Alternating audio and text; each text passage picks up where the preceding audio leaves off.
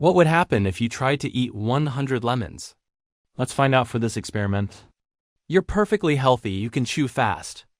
And you're extremely motivated for some reason. One lemon is fine, your face folds into 12 different creases. But scientifically, nothing bad happens. A lemon has a pH of around 2. Basically a friendly, citrus-flavored acid at 5 lemons. Things get interesting. Your mouth pH drops below 3. And your tooth enamel starts dissolving quietly like a tiny geological disaster below pH 55. Enamel begins to break down. 5 lemons easily get you there. 10 lemons give you about 50 grams of citric acid. That's enough to irritate your stomach lining. Some people call this detox. Scientists call it gastric inflammation inside your stomach. The acid party is getting out of hand at 20 lemons. The acid becomes too much. Your stomach says, nope. Your throat says also nope.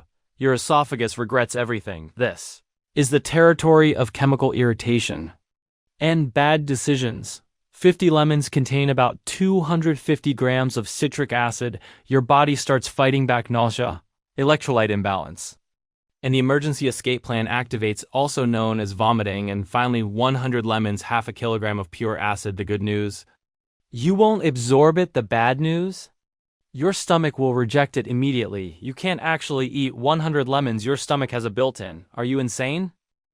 So what happens if you try? Your body just won't let you get that far, which is probably why humans survived evolution.